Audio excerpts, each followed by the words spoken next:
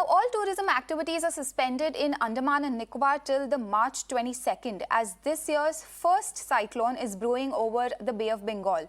Now, it is expected to bring heavy rains to the island. The low pressure is likely to further intensify into a deep depression by tomorrow and then into a cyclonic storm on Monday.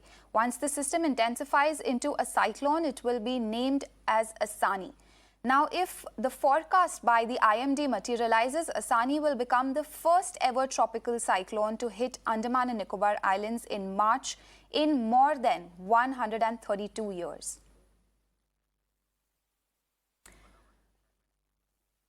Now we have Mahesh Palawat of the SkyMet joining us. Sir, thank you so much for joining us on this broadcast. If you could just explain our viewers, what this forecast by the IMD means and the, the extent of impact that we could see happening. Yeah, picture this is now a well-marked low pressure area, and it will soon intensify into a depression, and by tomorrow it will be a deep depression.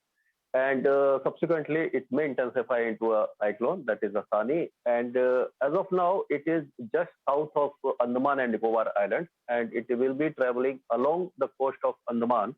And today, rain activities have already intensified over many parts of Andaman and Nicobar Islands. And tomorrow, on March 20, there may be heavy to extremely heavy rains over most parts of Andaman and Nicobar Islands, leading to disruption in day-to-day activities.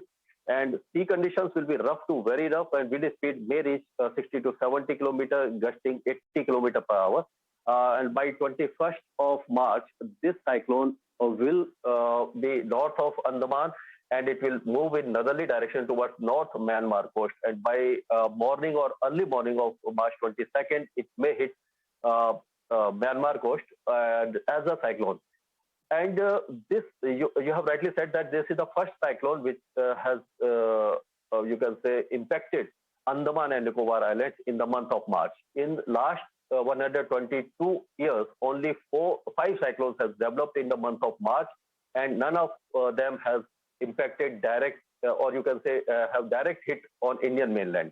And in the beginning of March, we have seen a deep depression developing over Bay of Bengal, and this is the second deep depression. So we can say this time Bay of Bengal is very active in the month of March itself. Yeah.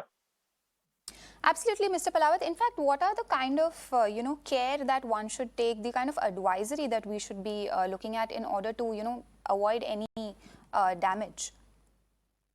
See, this time the sea surface conditions are very rough to very rough, and you can say wind speed will be very high, and due to high waves and high swells in the nearby areas, that is South Andaman Sea, and Northwest Bay of Bengal and eastern part of Bay of Bengal, fishermen are advised not to venture into the sea for at least next 2 to 3 days. And all the water activities, because this is the Andaman or Nicobar Island is a tourist spot.